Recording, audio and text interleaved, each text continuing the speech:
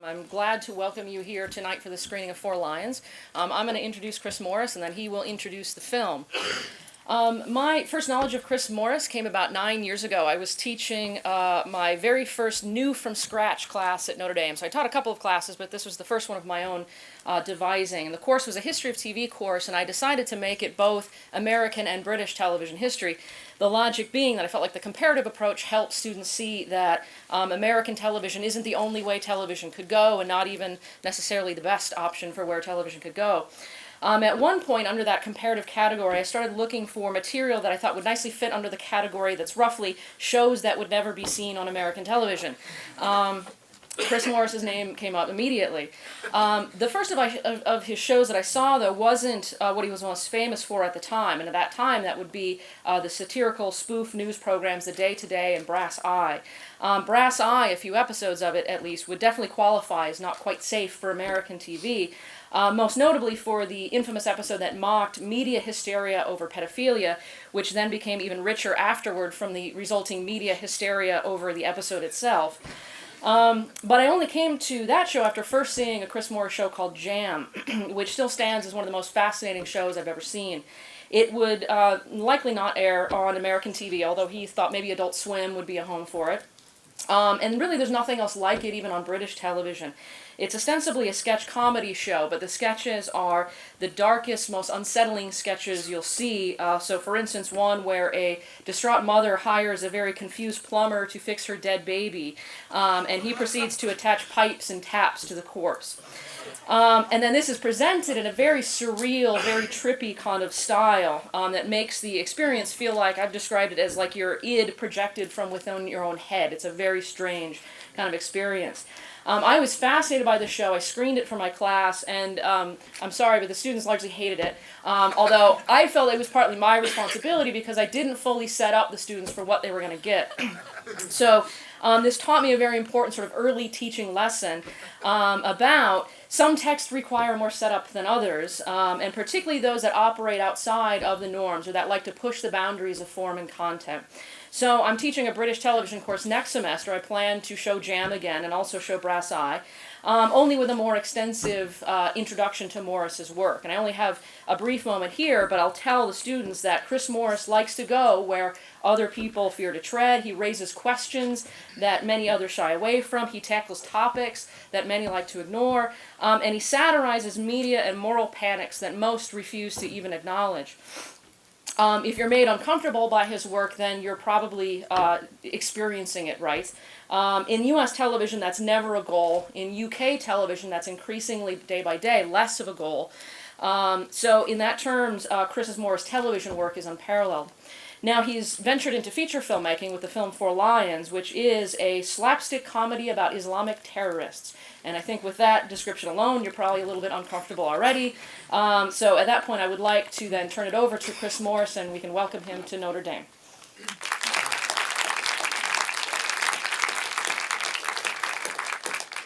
Well, I'd like to apologise for having produced work which, in verbal description, makes me sound like a sort of art house nightmare on crack and Entonox and various forms of shoe polish, because that's not the intention.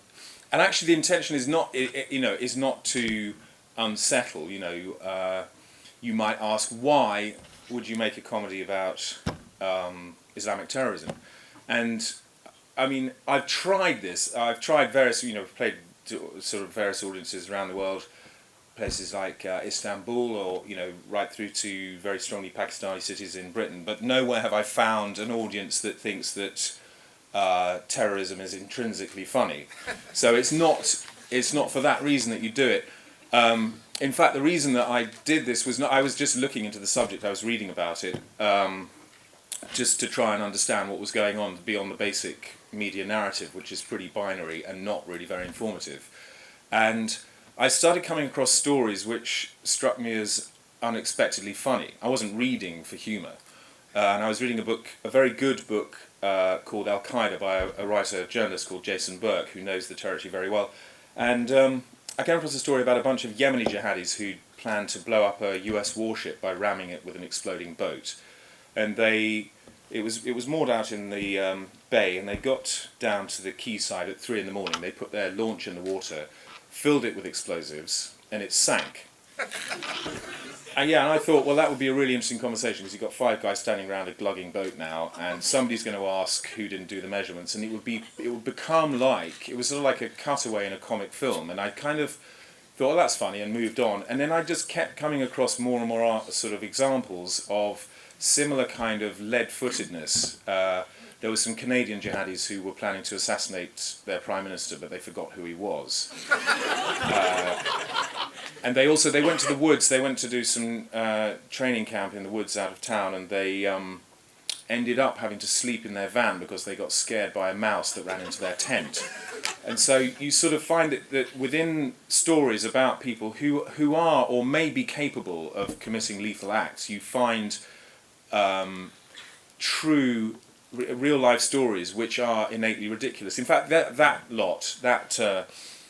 cell in Canada designed, one of them was the sort of explosives expert, and he was very pleased to announce, he was recorded in surveillance announcing to the rest of the group that he designed a remote controlled detonator that would protect them from the effects of their own explosion.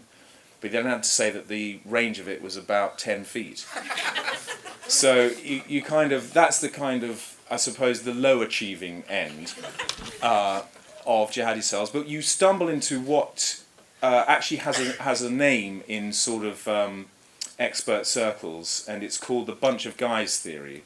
And what it describes is the fact that terrorist cells are not a sort of brilliantly organised mastermind of terror construct from sort of machine-like evil creatures who would do anything, who could walk through walls, who'd take us all down. They are basically people, and they often make mistakes. I mean, even the 9/11 attacks was the luckiest amateur strike in history, basically, because it was not high tech. What they had was a clever idea, what they just about managed to pull off, though they nearly didn't.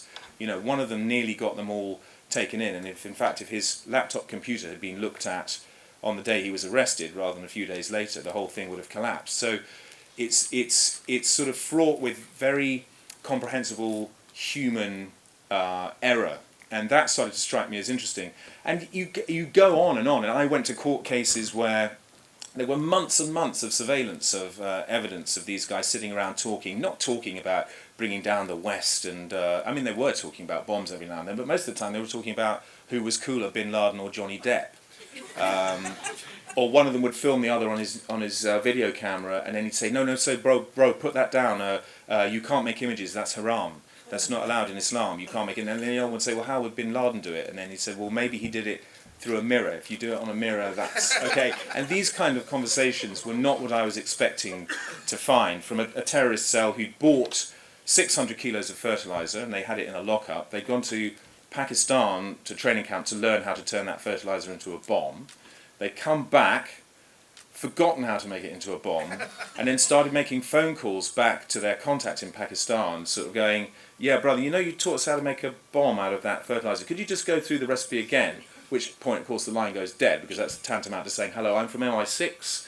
Could you just stitch yourself up? So you have a kind of, and all of this is laid bare in front of you, and it doesn't mean that they're not making bombs.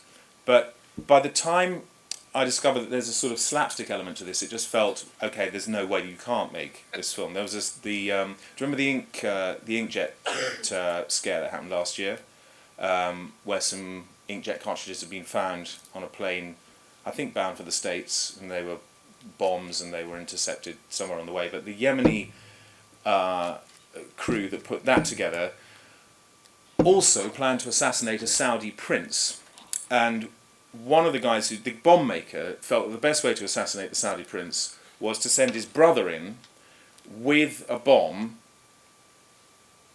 basically secreted as a suppository. So they made the bomb, they tooled him up, they inserted it, they sent him off, and he went in to meet the Saudi prince. The Saudi prince said hello. This guy came forward, hit his button, and at that point discovered that they'd made the bomb, they'd miscalculated the explosion dynamics. They'd made a bomb that was designed to go off in a concrete room or a brick room, and that way the charge would kill the Saudi prince. However, this happened to be in a tent. So when he hit the button, the way the charge dispersed meant that he shot himself 50 feet into the air, and the Saudi prince was completely unharmed. And I thought, well, but to that guy's mother, that is a pretty funny joke. So anyway, so it's this kind of thing that it's these real life examples that were basically, I found, were just saying making a film like this is unavoidable, because what it describes in a way is what really happens. You may get to blow up a bomb, but the chances are there have been a lot of quite ridiculous incidents along the way. I've rabbited on enough now, but have a look at it, and then I'll try and answer anything you throw at me afterwards. Thank you very much. Thanks.